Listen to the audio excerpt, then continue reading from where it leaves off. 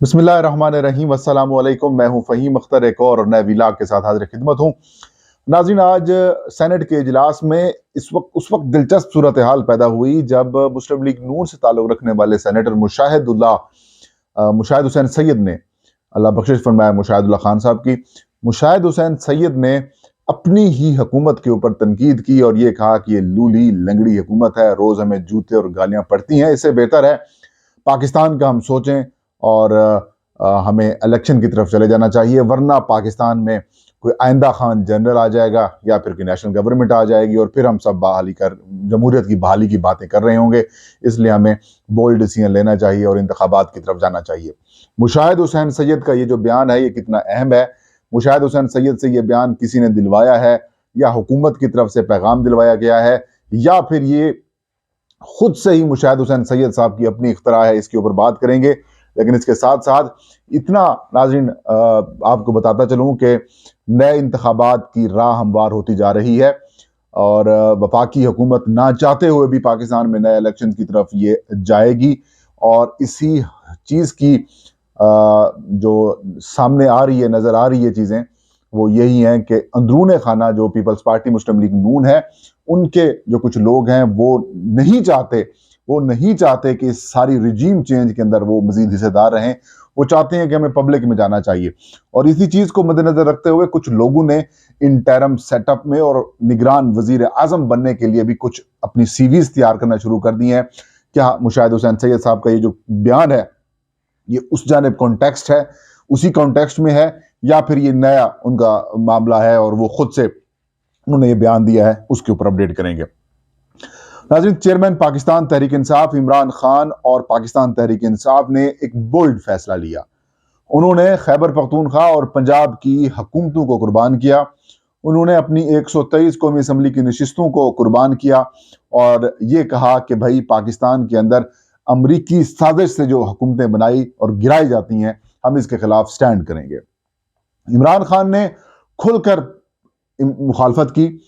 He was the only prime minister of Pakistan के जिन्होंने खुलकर अमेरिका का नाम लिया, अमेरिकी साजिशों का उन्होंने ताना बाना बुना और मकामी जो एस्टैब्लिशमेंट है उनकी साथ जो मिलकर पाकिस्तान के अंदर जो खिलवाड़ किया जाता है पाकिस्तान की जमहूरियत के साथ या फिर सिस्टम के साथ, इमरान खान ने खुलकर उसकी मुखालफत की।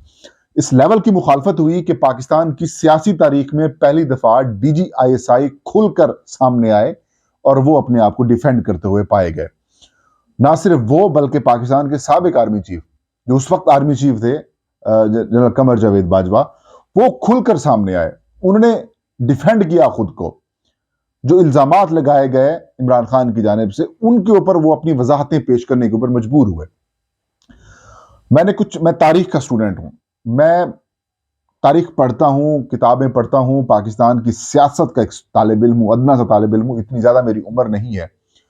लेकिन जब से मैंने होश संभाला है और जो मैंने तारीख में पढ़ा है, इस लेवल की कमजोर तरीन पोजीशन के ऊपर पाकिस्तान की एस्टैब्लिशमेंट कभी नहीं गई जितनी इस लेवल के ऊपर एस्टैब्लिशमेंट कमजोर तरीन सिचुएशन के ऊपर पहुंची हुई है।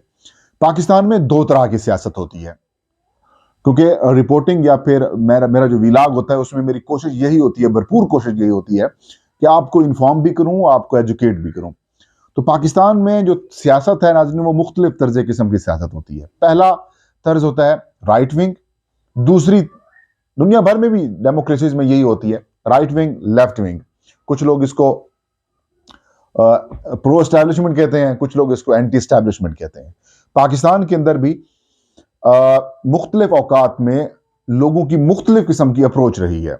कुछ लोग कुल वक्ती एंटी एस्टैब्लिशमेंट होती हैं और कुछ लोग जुज वक्ती होते हैं, वो पर्सन स्पेसिफिक होते हैं, पर्सनैलिटीज स्पेसिफिक अपनी एंटी एस्टैब्लिशमेंट बात करते हैं या बयानिया करते हैं। बदकिस्मती से पाकिस्तान में इस वक्त कोई भी ऐसी सियासी जमात और सियासतदान नहीं है जो कुल वक्ती एंटी एस्टैब्लिशमेंट हो।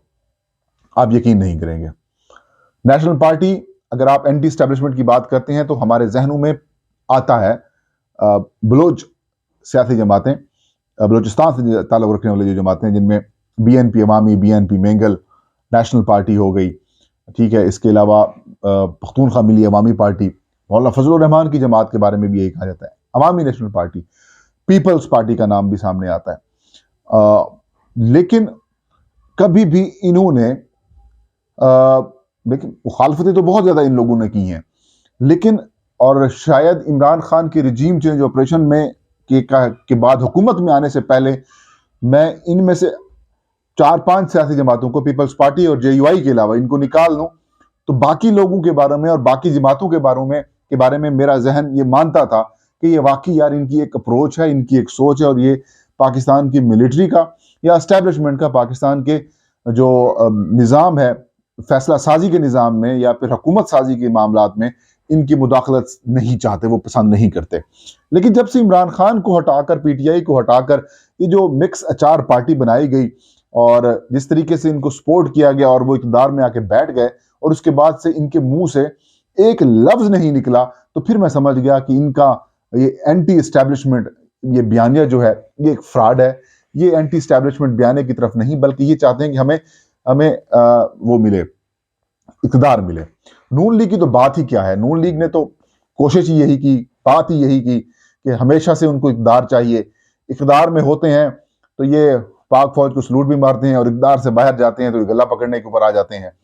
मुशर्रफ के साथ भी यही हुआ, इनके साथ मामलात भी यही हुए। फिर जनरल बाजवा और जनरल फैज हमीद के जिस तरीके से पब्लिकली नाम लेकर उनको टारगेट किया गया और उसके बाद उसी जनरल बाजवा के जरिए जो हुकूमत में आए और उसके बाद मामलात उन्होंने देखे तो हर चीज जो है वो क्लियर हो गई। तो मतलब ये कि जो मैं समझा हूं वो ये कि यहाँ पर एंटी एस्टैब्लिशमेंट सिर्फ कहानी है, लोगों को मोटिवेट किया जाता है कि आप एंटी एस्टैब्लिशमेंट हो जाएं या फिर ये बात करें, और जब लोग उनकी बात सुनने लगते तो फिर इक़्तिदार में बैठ जाते और उस पर कहानी खत्म। लेकिन अब भी सूरत हाल यही है, इमरान खान अभी भी एंटी एस्टैब्लिशमेंट बयानी के ऊपर डटे हुए हैं और वो चाहते हैं कि पाकिस्तान आगे बढ़े और इनकी मुदाखलत नहीं होनी चाहिए। और यही वजह है कि हमारी जो एस्टैब्लिशमेंट है वो थोड़ी सी कमजोर फुटिंग्स के ऊपर है। हर हथकंडा इस्तेमाल किया जा रहा है कि पीटीआई को तोड़ा जाए, पीटीआई के एमएनएस को नाअहल कराया जाए, उनके सियासतदानों के खिलाफ मुकदमात बनाए जाए। इमरान खान को टारगेट किया गया, इमरान खान को टारगेट किया जा रहा है, लेकिन कामयाबी इनको नहीं मिल पा रही।